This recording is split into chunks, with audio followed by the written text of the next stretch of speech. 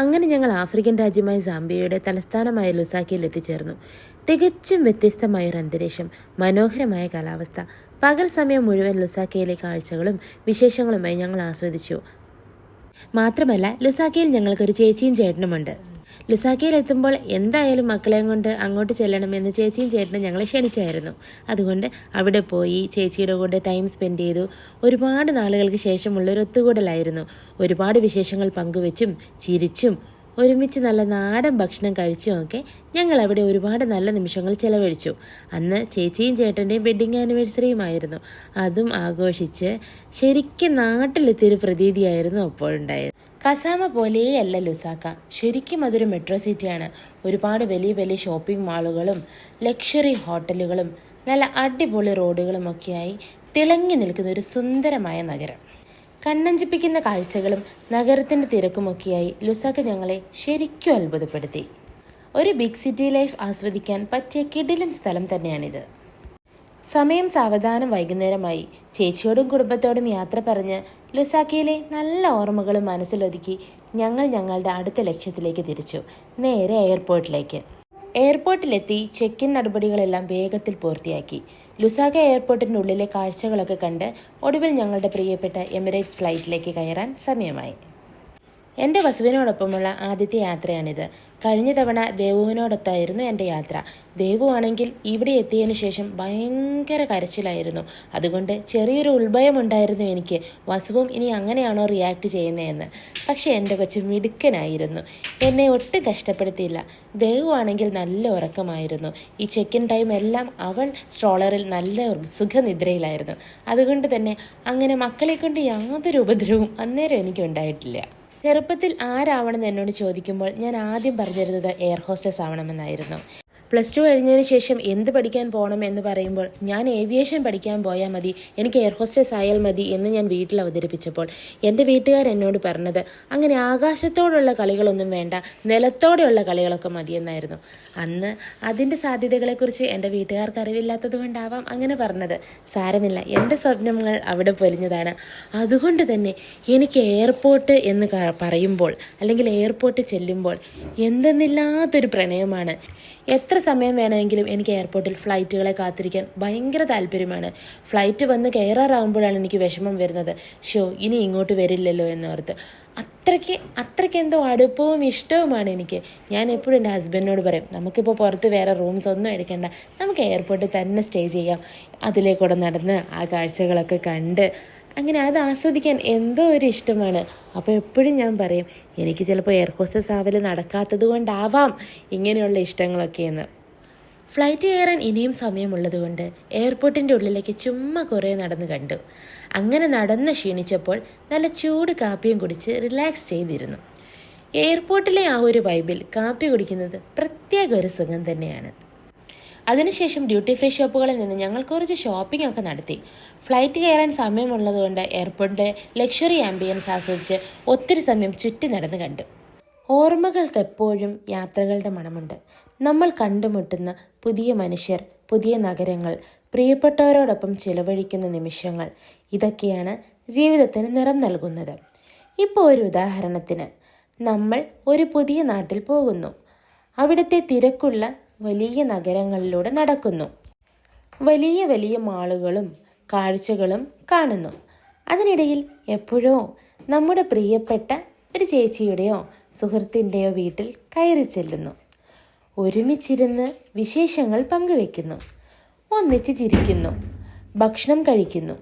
പിന്നീട് അവിടുന്ന് യാത്ര തിരിച്ച് തിരക്കേറിയ ഏതെങ്കിലും ഒരു എയർപോർട്ടിലിരുന്ന് ഒരു കാപ്പി കുടിക്കുമ്പോൾ, അല്ലെങ്കിൽ ആകാശപ്പരപ്പിലൂടെ ഒരു ഫ്ലൈറ്റിൽ പറക്കുമ്പോൾ നമ്മുടെ മനസ്സിലേക്ക് ആദ്യം ഓടിയെത്തുക ആ വലിയ നഗരത്തിൻ്റെ കാഴ്ചകളാവില്ല. പകരം പ്രിയപ്പെട്ടവരോടൊപ്പം നമ്മൾ ചിരിച്ച ആ ചിരിയും അവർ തന്ന സ്നേഹവും നമ്മൾ ഒരുമിച്ചിരുന്ന ആ കൊച്ചു നിമിഷങ്ങളും ആയിരിക്കും. അവിടെയാണ് ഓർമ്മകളുടെ മാജിക് ഒളിഞ്ഞിരിക്കുന്നത്. അതുകൊണ്ട് യാത്രകൾ ചെയ്യുക, മനുഷ്യരെ സ്നേഹിക്കുക, ഓരോ നിമിഷവും ആസ്വദിക്കുക. കാരണം ഒടുവിൽ നമ്മുടെ കൈകളിൽ ബാക്കിയാവുന്നത് നാം സമ്പാദിച്ച പണമോ പദവിയോ ഒന്നും ആയിരിക്കില്ല. മറിച്ച് നമ്മൾ കൂടെ കൂട്ടിയ ഒരു പിടി നല്ല ഓർമ്മകൾ മാത്രമായിരിക്കും. ഓർമ്മകൾ എന്നും മനോഹരമാണ്. ഒടുങ്ങാത്തൊരു തീർത്ഥാടനം പോലെ അത് നമ്മുടെ മനസ്സിൽ എന്നും ജീവിക്കും. കാലം ഒഴുക്കുപോലെ മുന്നോട്ട് പോകും. നമ്മൾ ഇന്ന് കാണുന്ന കാഴ്ചകൾ മാറും, മനുഷ്യർ മാറും, സാഹചര്യങ്ങൾ മാറും. എന്നാൽ മാറാതെ നിൽക്കുന്ന ഒന്നേ ഉള്ളൂ, അത് നമ്മുടെ മനസ്സിലെ ഓർമ്മകളാണ്. ആ ഓർമ്മകൾക്ക് മരണമില്ല. നമുക്ക് സങ്കടം വരുമ്പോൾ ഒന്ന് ചിരിക്കുവാനും ഒറ്റപ്പെടുമ്പോൾ കൂട്ടിരിക്കാനും ഈ ഓർമ്മകൾ കഴിയും. ഒരു പഴയ ഫോട്ടോയോ അല്ലെങ്കിൽ നമ്മൾ എടുത്ത ഒരു ചെറിയ വീഡിയോ ക്ലിപ്പോ കാണുമ്പോൾ നമ്മുടെ മനസ്സ് പെട്ടെന്ന് ആ പഴയ കാലത്തിലേക്ക്, ആ പഴയ സന്തോഷത്തിലേക്ക് ഓടിയെത്തും. അതുകൊണ്ടാണ് പറയുന്നത്, ജീവിക്കുന്ന ഓരോ നിമിഷവും സന്തോഷത്തോടെ ജീവിക്കുക. ഓർമ്മിക്കാൻ ഒരുപാട് നല്ല നിമിഷങ്ങൾ ബാക്കി വെക്കുക. നമ്മുടെ ജീവിതം എന്ന് പറയുന്നത് എന്താണ്? കുറേ ദിവസങ്ങളുടെയോ വർഷങ്ങളുടെയോ കണക്ക് പുസ്തകം മാത്രമല്ലത്. നമ്മൾ ജീവിച്ചു തീർത്ത അല്ലെങ്കിൽ ഹൃദയത്തോട് ചേർത്ത് വെച്ച കുറേ നല്ല ഓർമ്മകളുടെ ഒരു വലിയ കൂട്ടപ്പൊതിയാണിത്.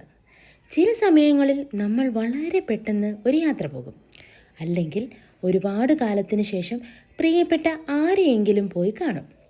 ആ നിമിഷങ്ങളിൽ നമ്മൾ അതത്ര ഗൗരവമായി എടുത്തിട്ടുണ്ടാവില്ല. എന്നാൽ ദിവസങ്ങളോ വർഷങ്ങളോ കഴിഞ്ഞ് നമ്മൾ തിരിഞ്ഞു നോക്കുമ്പോൾ അന്ന് നമ്മൾ ജീവിച്ച ആ കൊച്ചു കൊച്ചു നിമിഷങ്ങളായിരിക്കും നമ്മുടെ ജീവിതത്തിലെ ഏറ്റവും വലിയ സന്തോഷങ്ങൾ എന്ന് നമ്മൾ തിരിച്ചറിയും. അങ്ങനെ ഒരു യാത്രയുടെ അവസാനമായിരുന്നു ഇത്.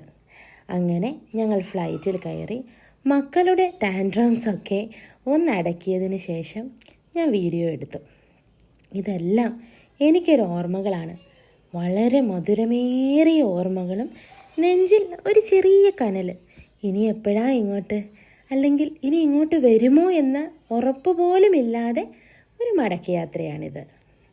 എങ്കിലും അതിൽ നിന്നും സന്തോഷങ്ങൾ കണ്ടെത്തുവാനാണ് ഞാൻ ശ്രമിച്ചിട്ടുള്ളത്. അതിൻ്റെ ഒന്നാണ് ഈ കാണുന്ന സന്തോഷം. ഇത് കുഞ്ഞുമക്കൾക്ക് ഫ്ലൈറ്റിൽ കൊടുക്കുന്ന കുറച്ച് സമ്മാനങ്ങളാണ്. അവ കുഞ്ഞുമക്കൾ സ്വീകരിക്കുന്നതിൽ കൂടുതൽ ഞാനാണ് ഇവയെല്ലാം സ്വീകരിക്കുന്നത്. എനിക്കാണ് അവരെക്കാൾ കൂടുതൽ കൗതുകവും ഇതൊക്കെ തുറന്നു നോക്കുവാനായിട്ട്. ആ നേരത്താണ് എയർ ഹോസ്റ്റസ് അല്ലെങ്കിൽ ക്യാബിൻ ക്രൂ വന്ന് നമ്മുടെ ഫോട്ടോ എടുത്തോട്ടെ എന്ന് ചോദിച്ചത്.